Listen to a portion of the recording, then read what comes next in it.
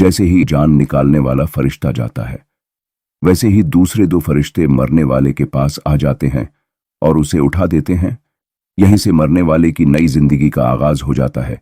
अगर नेक इंसान है तो नई जिंदगी मुबारक है, और अगर बुरा है तो ये जिंदगी इतनी बुरी होने वाली है जिसका पहले से अंदाजा लगाना भी मुमकिन नहीं।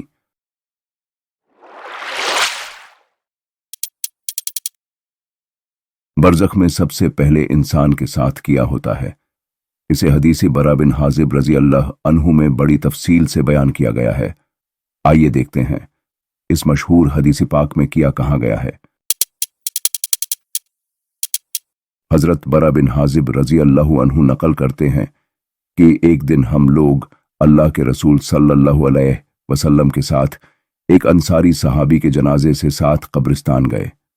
कब्र अभी खोदी नहीं गई थी, इसलिए आप सल्लल्लाहु अलैहि वसल्लम एक जानिब बैठ गए और सहाबा भी आप सल्लल्लाहु अलैहि वसल्लम के आसपास खामोशी से बैठ गए, इस तरह जैसे हमारे सरों पर परिंदे बैठे हों। आप सल्लल्लाहु अलैहि वसल्लम की मौजूदगी में अदबन वो लोग आपस में बातें नहीं करते थे और आमतौर से इसी तरह बैठा करते थे। आप सल्लल्लाहु अलैहि वसल्लम के हाथ में उस वक्त एक लकड़ी थी जिससे आप जमीन कुरीद रहे थे, जैसे कोई गमगीन शख्स क्या करता है। फिर आप सल्लल्लाहु अलैहि वसल्लम ने अपना सर मुबारक उठाया और फरमाया, तुम लोग कब्र के अजाब से पनाह मांगो। ये बात आप सल्लल्लाहु अलैहि वसल्लम ने 2-3 मर्तबा दोहराई। फिर फरमाया कि जब कोई मोमिन बंदा दुनिया से रुखसत होता है और आखिरत का रुख करता है तो उसकी तरफ आसमान से फरिश्ते उतरते हैं।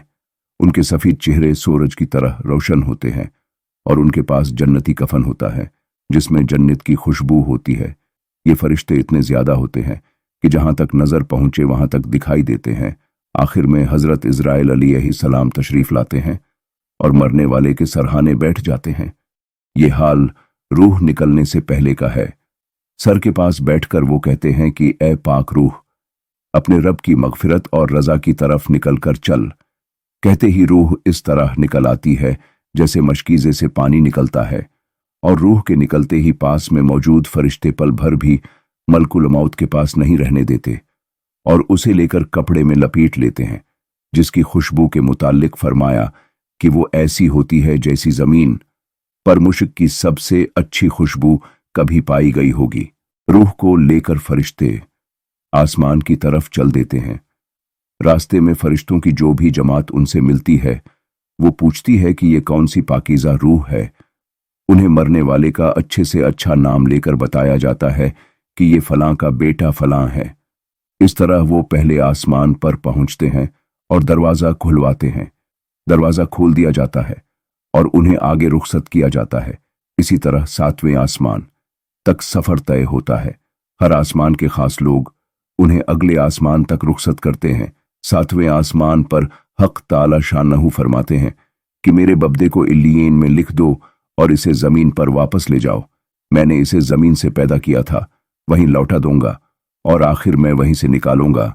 इसलिए रूह को वापस उसके जिस्म में पहुंचा दिया जाता है। फिर उसके पास 2 फरिश्ते आते हैं और उसको उठाकर बैठा देते हैं। फिर उससे पूछते हैं कि तुम्हारा रब कौन है। वो कहता है कि मेरा रब अल्लाह है। फिर पूछते हैं कि तुम्हारा दीन क्या है। वो जवाब देता है कि मेरा दीन इस्लाम है। फिर पूछते हैं कि ये साहब कौन हैं जो तुम्हारी तरफ भेजे गए। वो जवाब देता है कि ये अल्लाह के रसूल हैं। फरिश्ते पूछते हैं कि तुम ये कैसे जानते हो। वो जवाब देता है कि मैंने अल्लाह की किताब पढ़ी, उस पर ईमान ले आया और उसकी तस्दीक की। हदीस के इस हिस्से के मुताल्लिक साहिब मारिफुल कुरान लिखते हैं कि मुर्दे की ज़बान पर इस जवाब का जारी होना वो साबित कदमी है जो उसे कलमा तैयबा पर ईमान रखने की वजह से हासिल होती है, और इसी ईमान की वजह से दुनिया में भी अल्लाह ताली की तरफ से उसकी ताईद होती है और वो मरते दम तक उस कलमे पर कायम रहता है, ख्वाह उसको दुनिया में कितने ही हादिसों से मुकाबला करना पड़े। फिर आखिरत में इस कलमे को कायम व बरकरार रख कर उसकी मदद की जाती है।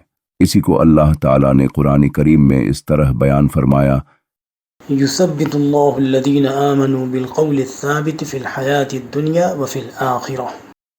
ایمان والوں کو اللہ تعالیٰ پکی بات کے ساتھ مضبوط رکھتا ہے، دنیا کی زندگی میں بھی اور آخرت میں بھی۔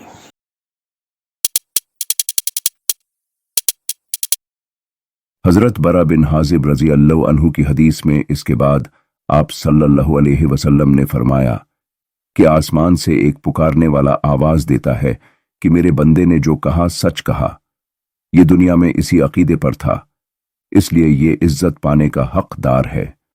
اس کے لیے جنت کا فرش بچھا دو، جنتیوں کا لباس پہنا دو اور جنت کا دروازہ اس کے لیے کھول دو، سو اس کے لیے جنت کا دروازہ کھول دیا جاتا ہے، جس سے جنت کی آرام دہ ہوا اور خوشبو آنے لگتی ہے، اور اس کے لیے قبر وہاں تک کشادہ کر دی جاتی ہے جہاں تک اس کی نظر جائے۔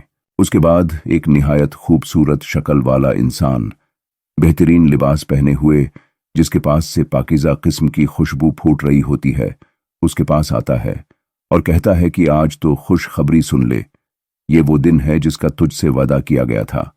مرنے والا پوچھتا ہے کہ تو کون ہے؟ تیرا چہرہ اس لائق ہے کہ اسے چہرہ کہا جائے اور اس قابل ہے کہ اچھی خبر لائے۔ وہ کہتا ہے کہ میں تیرا اچھا عمل ہوں، یعنی وہ نیک کام جو تو نے دنیا میں کیے تھے۔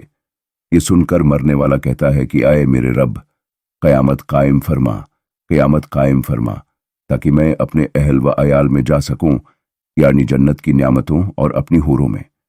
نافرمان کافر کا حال اس کا بالکل الٹا ہوتا ہے۔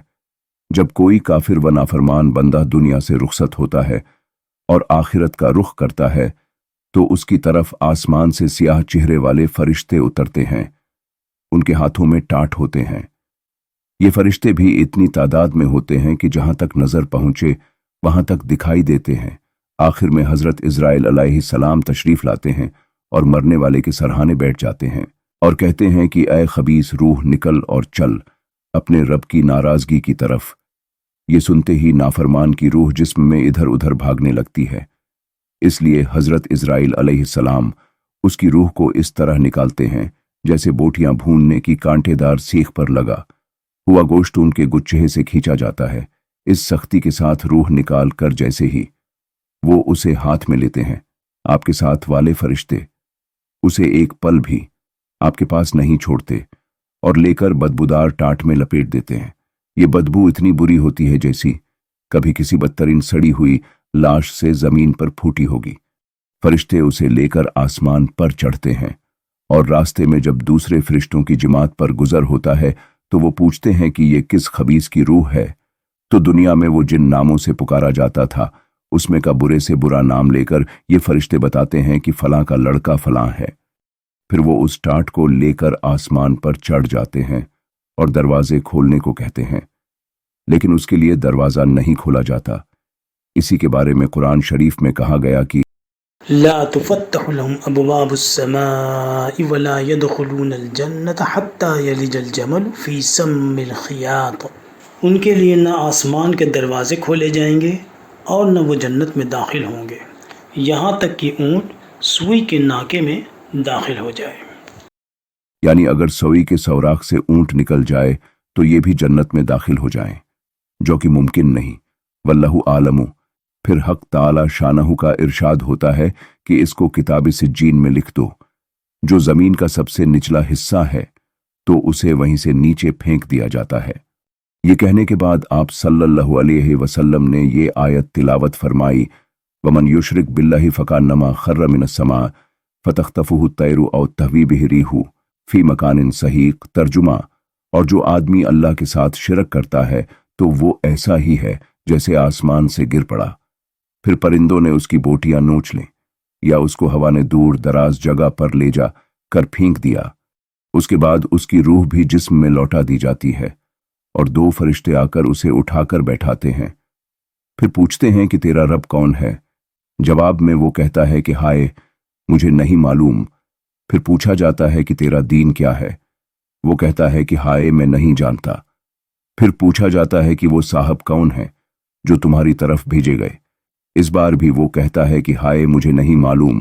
اس پر آسمان سے آواز آتی ہے کہ اس نے جھوٹ کہا، یعنی اسے سب معلوم ہے، صرف عذاب سے بچنے کے لیے انکار کر رہا ہے، اس لیے کہا جائے گا کہ اس کے نیچے آگ کا بچھونا بچھا دو और इसकी तरफ जहन्नम की खिड़की खोल दो, फिर उसकी तरफ जहन्नम का दहाना खोल दिया जाता है, जिसमें से लू जैसी जहरीली हवा आना शुरू हो जाती है, और कब्र को उस पर तंग कर दिया जाता है।